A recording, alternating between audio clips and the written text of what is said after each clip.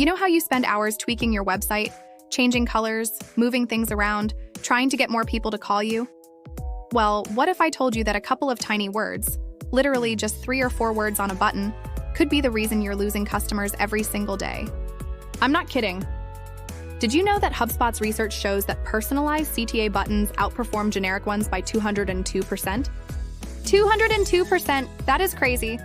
And if you don't know what the heck I'm talking about, don't worry, because in this video, I'm going to show you these sneaky little words that are probably costing you customers right now. Plus, I'll walk you through exactly how to fix them so your sales funnel actually works the way it's supposed to. You'll also discover where these conversion killers are hiding on your website, why some words make people want to work with you, while others make them run away, and a dead simple way to test this stuff without hiring anyone or spending money on fancy tools. All right, let's get started, shall we? Okay, so first things first. I need to explain what I'm talking about here because most business owners have never heard this term before. There's this thing called microcopy. Fancy name, right? But it's really just the tiny bits of text scattered all over your website. I'm talking about stuff like the words on your buttons, the little labels next to where people type their email, those annoying error messages that pop up when someone screws up, and the thank you message people see after they contact you. Now here's where it gets interesting. Everyone obsesses over their big headline. You know, that massive text at the top of your page. And sure, that's important. But here's what nobody tells you. Those tiny words I just mentioned, they're actually what gets people to take action. They're what turns a visitor into someone who actually picks up the phone and calls you. Think about it like this. Someone lands on your website because of your headline. Great. But when they're about to give you their phone number or email address, they're not thinking about your big promise anymore. They're looking at that button, reading those little words, and making a split-second decision about whether they trust you or not. Want to see what I mean? You've probably got a button somewhere on your site that says like submit or send message. Seems harmless, right? Now imagine if instead it said, get my free quote or send me pricing. Feel the difference?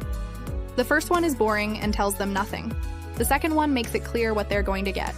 And this is huge for service businesses because let's be honest, people are already nervous about contacting you. They're worried you're going to bug them with sales calls. They think you might waste their time. They're probably comparing you to 2 or 3 other businesses. These tiny words are your chance to make them feel good about reaching out. All right, so where are these problem words hiding? Let me show you the 4 places where I see business owners screwing this up all the time. First up, it's your button text. This one's obvious, but most people get it wrong. Look, nobody gets excited about clicking submit or send. Those words are dead boring. Instead, tell people exactly what's going to happen when they click. Get my free estimate, download my price guide, book my free call. See how much better that sounds? You're focusing on what they get, not what they have to do. Number 2 on our list is your form labels. Instead of just writing email and phone number, try being a little more human about it. Where should we send your quote? What's the best number to reach you? It's the same information, but now it feels like you're having a conversation instead of filling out some government form. Next up, your error messages. Oh man, this is where websites get really mean. Someone makes a tiny mistake and your site basically calls them an idiot. Instead of invalid email format, which sounds like a robot yelling at them, try or looks like there might be a typo in your email address. Much nicer, right? And finally, number 4, it's your thank you messages. So after someone fills out your form, don't just say, thanks for your submission. That is the definition of boring. What you want to do is to tell them what is supposed to happen next. Something like, perfect. We're putting together your custom quote right now. Check your email in about 10 minutes for the next steps. Now they know exactly what to expect. So how do you write this stuff? Don't worry, you don't need to be some fancy copywriter. Just follow these 4 simple rules. 1. Write like you're talking to a friend.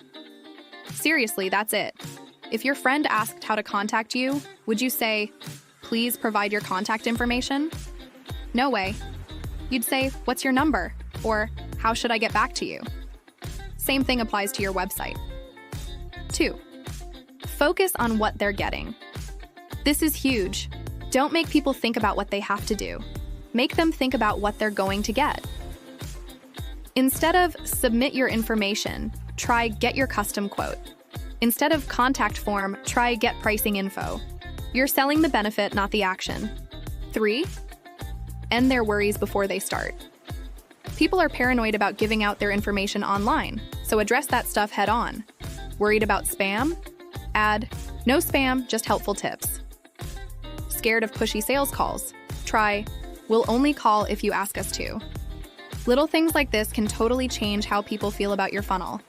Okay, now number 4, tell them what happens next. People hate uncertainty, like really hate it.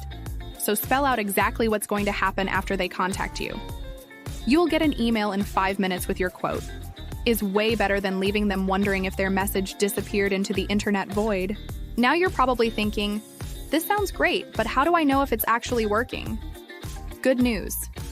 You don't need some expensive testing software or a degree in statistics. Here's what I think would pan out better for you. Pick one thing, maybe your main button text, and change it. Then just keep an eye on how many people contact you over the next couple weeks. If you normally get, say, 5 inquiries a week and suddenly you're getting 7 or 8, you're onto something. I know, it's not some fancy A/B test with statistical significance and all that. But for most service businesses, this simple approach works just fine. You'll know pretty quickly if you're moving in the right direction. Just change one thing at a time, okay? Don't go crazy and rewrite your whole website at once, because then you won't know what actually made the difference. And before I forget, make sure these words match how you normally talk to customers. If you're usually casual and friendly, don't suddenly sound like a lawyer in your forms. If you're more formal and professional, don't try to be all cute and quirky with your button text. People need to feel like they're dealing with the same person throughout your whole sales funnel. You know what's funny? The best microcopy doesn't even feel like marketing. When someone goes through your website and contacts you, they shouldn't be thinking, wow, what great button text. They should just think, that was easy. That's when you know you nailed it. Because at the end of the day, this isn't about being clever or creative. It's about getting out of people's way. Most of your website visitors already want what you're offering. That's why they showed up in the first place. Your job is just to make it as easy as possible for them to take the next step. And sometimes that comes down to changing 3 little words on a button. Look, if you're sitting there thinking about all the places on your website where you might be screwing this up, join the club. This is the kind of stuff that's super easy to overlook when you're running a business. But here's the thing. It can make a massive difference in how many customers you get. The cool thing is you don't need to rebuild your entire website or hire some expensive agency. You just need to know where to look and what to change. If you want a quick 5-minute audit of your funnel to spot the areas you can test and improve, I've got a free checklist made specifically for service businesses with smaller teams. It is going to help you find the leaks in your sales funnel and figure out exactly what to fix first. That way, you can make targeted changes and start getting better results from the same amount of traffic you're already getting. Links in the description below. This has been Rita with ClicksandThings.com. See you in the next one.